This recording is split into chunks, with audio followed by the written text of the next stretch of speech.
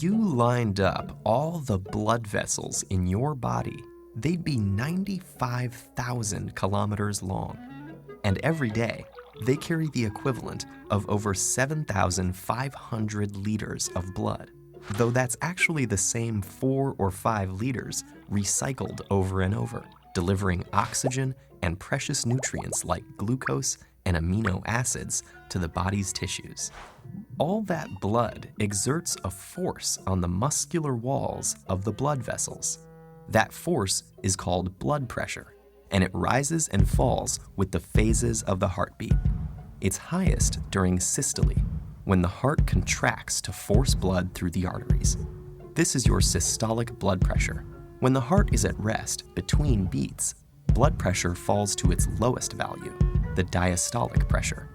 A typical healthy individual produces a systolic pressure between 90 and 120 millimeters of mercury, and diastolic pressure between 60 and 80. Taken together, a normal reading is a bit less than 120/80. The blood traverses the landscape of the body through the pipes of the circulatory system. In any plumbing system, several things can increase the force on the walls of the pipes: the properties of the fluid, extra fluid, or narrower pipes. So if the blood thickens, a higher pressure is needed to push it, so the heart will pump harder. A high salt diet will lead to a similar result. The salt promotes water retention, and the extra fluid increases the blood volume and blood pressure.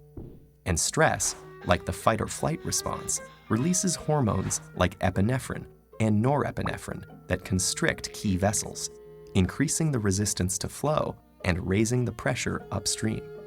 Blood vessels can usually handle these fluctuations easily.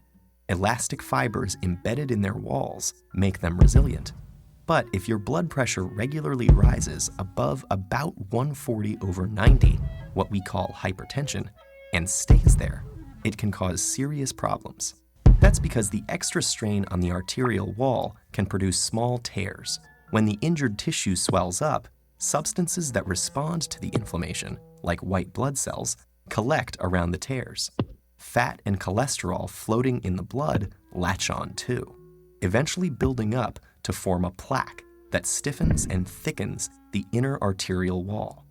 This condition is called atherosclerosis, and it can have dangerous consequences.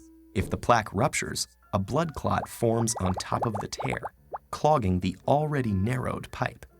If the clot is big enough, it can completely block the flow of oxygen and nutrients to cells downstream.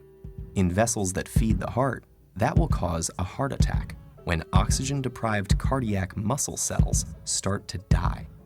If the clot cuts off blood flow to the brain, it causes a stroke. Dangerously clogged blood vessels can be widened by a procedure called an angioplasty. There, doctors thread a wire through the vessel to the obstructed site, and then pass a deflated balloon catheter over the wire. When the balloon is inflated, it forces the passageway open again. Sometimes a rigid tube called a stent is placed in the vessel to help hold it open, letting the blood flow freely to replenish the oxygen-starved cells downstream.